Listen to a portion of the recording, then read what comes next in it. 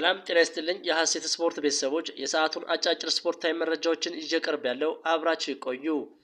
በአፍሪካ ዋንጫ ፍጻሜ ሴኔጋል ከሞሮኮ ባደረጉት ጨዋታ በተፈጠረው ውዝግብ ምክንያት የአፍሪካ እግር ኳስ ኮንፌዴሬሽን በሁለቱም ብሔራዊ ቡድኖች ላይ ጠንካራ ቅጣት መጣሉን ይፋ አድርጓል። የሴኔጋል ብሔራዊ ቡድን ዋና አሰልጣኝ ፓፔቲያው የካፍን የዲሲፕሊን መመሪያና የስፖርታዊ ጨዋነት መርሆችን በመጣስ እንዲሁም የጨዋታውን ክብር በማጉደፍ 100,000 የአሜሪካን ዶላር የገንዘብ ቅጣትና 5 የካፍ ጨዋታዎችን እንዳይመሩ ታግደዋል። የብሔራዊ ቡድኑ ተጫዋቾች ኢሊማን ባሮይኒዳይ እና ኢስማኤላ ሳር በዳኛው ላይ ባሳዩት ያልተገባ ባህሪ 2 የካፍ ጨዋታዎችን ሲያግድ፣ የብሔራዊ ቡድኑ ደጋፊዎች የካፍን የዲሲፕሊን መመሪያ በመጣሳቸው እንዲሁም የተጫዋቾችና የቴክኒክ ቡድን አባላት ባሳዩት ያልተገባ ባህሪ የሴኔጋል እግር ኳስ ፌዴሬሽን 600,000 ዶላር እንዲከፍል ተወስኖበታል።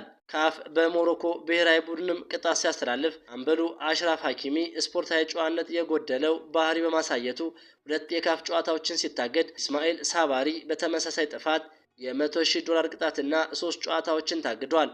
በጨዋታው ወቅት የስታዲየሙ የኳስ አቀባይ ልጆች ላሳዩት ተገቢ ያልሆነ ባህሪ የሞሮኮ እግር ኳስ ፌዴሬሽን 200,000 ዶላር እንዲከፍል ተወስኗል። በሌላ በኩል ተጫዋቾችና የቴክኒክ ባለሙያዎች የካፍ የዲሲፕሊን መመሪያ አንቀጽ 82 እና 83ን በመጣስ የቫር መመልከቻ አካባቢን በመውረር እንዲሁም በዳኛው የሥራ ሂደት ላይ እንቅፋት በመፍጠራቸው ፌዴሬሽኑ ተጨማሪ 100,000 ዶላር እንዲከፍል ተወስኖበታል። የቻምፒየንስ ሊግ እብደት የማይረሳው የቤኔፊካና የሪያል ማድሪድ የቻምፒየንስ ሊግ የፍጻሜ ጨዋታ የሚመስል ድራማዊ ክስተት። የግብ ጠባቂው የ98ኛው ደቂቃ ግብ፣ የጆዜ ሞሪኒዮ በቀል፣ የማድሪድ ውድቀት። ይህ እብደት ነው። የቻምፒየንስ ሊግ ታሪክ የማይረሳው እብደት ሮብ ምሽት ተመዝግቧል። ጨዋታው 3-2 ሊጠናቀቅ ሰከንዶች ሲቀሩት ቤኔፊካ ከውድድሩ ሊሰናበት ተቃርቦ ነበር። ነገር ግን በ98ኛው ደቂቃ ላይ የቤኔፊካው ግብ ጠባቂ አናቶሊ ትሩቢን ወደ ማድሪድ የግብ ክልል ሄደ። ከማድሪድ ተከላካዮች በላይ ዘሎ ተነሳ። እናም በግንባሩ በመግጨት ታሪካዊ የማለፊያ ግብ አስቆጠረ። ድራማው ግን በዚህ አላበቃም። ማድሪድ በ2 ቀይ ካርድ ተጎዳ። ይህች ግብ ቤኔፊካን ወደ ጥሎ ማለፍ ስታሳልፍ፣ ኦሎምፒክ ማርሴን ደግሞ ከውድድሩ አስወጥታለች። የጆዜ ሞሪኒዮ በቀል። ጆዜ ሞሪኒዮ የቀድሞ ክለቡን ሪያል ማድሪድን በማሸነፍ ያሳየው ደስታ ሁሉም ነገር ይናገራል። የሪያል ማድሪድ ውድቀት።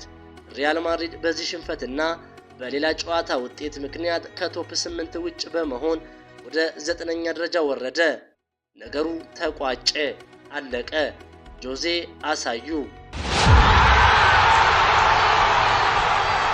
በመጨረሻም የ24ኛ ሳምንት የእንግሊዝ ፕሪሚየር ሊግ የጨዋታ መርሃ ግብር ቅዳሜ ጥር 23 2018 ሊድስ ዩናይትድ ከአርሰናል፣ ወልቭስ ከበርንማውዝ፣ ብራይተን ከኤቨርተን በተመሳሳይ 12 ሰዓት ሲደረጉ ምሽት 2 ሰዓት ከ30 ቼልሲ ከዌስትሃም እንዲሁም ምሽት 5 ሰዓት ሊቨርፑል ከኒውካስትል ይካሄዳል። እሁድ ጥር 24 2018 አስቶን ቪላ ከብሪንትፎርድ፣ ማንቸስተር ዩናይትድ ከፉልሃም፣ ኖቲንግሃም ፎረስት ከክሪስታል ፓላስ ሲደረጉ ምሽት 1 ሰዓት ከ30 ቶተንሃም ከማንቸስተር ሲቲ ይደረጋሉ። የመጨረሻው መርሃ ግብር ሰኞ ጥር 25 2018 ሲቀጥል ምሽት 5 ሰዓት ላይ ሰንደርላንድ ከበርንሌይ ጨዋታቸውን ያካሂዳሉ። ክቡራን የሐሴት ስፖርት አድማጮች ለሰዓቱ ያስኳቸው አጫጭር ስፖርታዊ መረጃዎች ይህንን ይመስሉ ነበር። ሰላም።